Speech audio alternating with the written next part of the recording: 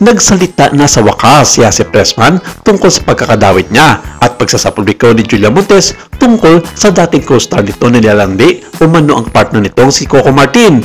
2 araw ang pananahimik ni Yasi Pressman sa kabila ng mga sabot-saring mga pambabatikos na natatamo niya sa mga galit na mga netizens at mga manunood na Batang Quiapo dahil sa naibulgar nitong patagong relasyon sa kapamilya Primetime King. Muling umusok ang mundo ng showbiz matapos ang matapang na payag ni Julia Montes tungkol sa umano'y pandiligaw at pang-aas ni Yasi kay Coco Martin at tinanggi naman ng aktres. Isang revelasyong ikinagulat ng maraming tagahanga at mga netizens. Bagamat hindi diretsong binanggit noon ang pangalan, malinaw sa mga salitang binitawan ni Julia kung sino ang kanyang pinatatamaan.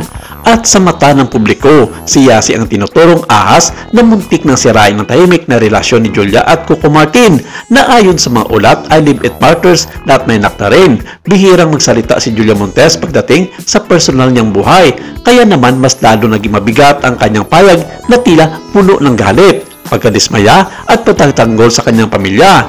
Ayon sa ilang ulat, isang insidente umano ang naging mitsa ng lahat, isang bisita ni Yasi sa bahay ni Coco Martin kung saan nadatnan umano ni Julia at ang kanilang mga anak. Dahil dito, nagulat at agad daw umalis si Yasi. Mula doon, bigla rin nawala si Yasi Pressman sa teleseryeng pinagbibidahan nila ni Coco Martin. Para sa ilang netizens, malinaw ang koneksyon ng dalawang pangyayari. Matagal na rin may akaka tungkol sa tunay na relasyon ni Yasi at Coco Martin, lalo na't naging matagal ang tambalan nila sa sikat na teleseryeng Ang Probinsyano. Pero habang tudutanggi si Coco sa anumang ugnayan kay Yasi, tila hindi kumbinsido ang iba, lalo na ngayon matapos ang pasabog ni Julia Montes.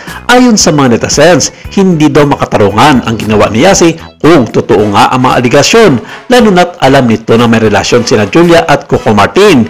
Hindi rin nakatulong ang pananahimik ni Yasi sa gitna ng kontrobersya. Para sa ilang mga fans, ang kanyang pag-iwas ay tila kumpirmasyon na may katotohanan ang mga paratang.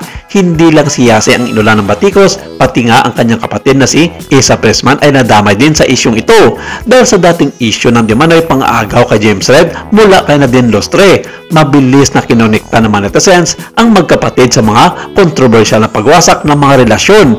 Maraming mga netizens ang naglabas ng galit at pagkadismaya. Sinabing hindi na ito unang beses para sa magkapatid. Maging si Nadine noon ay piniling manahimik, pero si Julia raw ay ibang klase, hindi magpapatalo para sa kanyang pamilya. Ito marahil ang dahilan kung kaya't naglabas ng kanyang salubin si Yasi Pressman.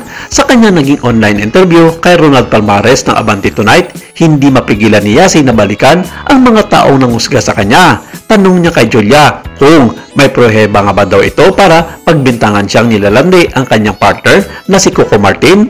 Bakit raw ba hindi niya itanong kay Coco kung sino ang malandi at ang gumagawa ng mga bagay para samantalahin ang kahinaan ng mga babae?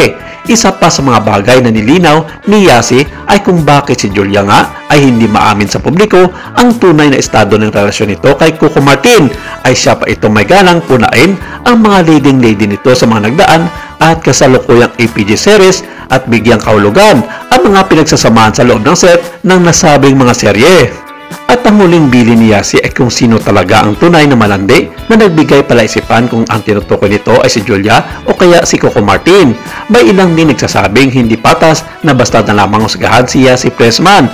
Wala pa raw malinaw na ebidensya at dapat ay pakinggan muna ang panig ng bawat isa. Pero para sa karamihan, sapat na ang pahiwatig ni Julia para mabuo ang mga larawan.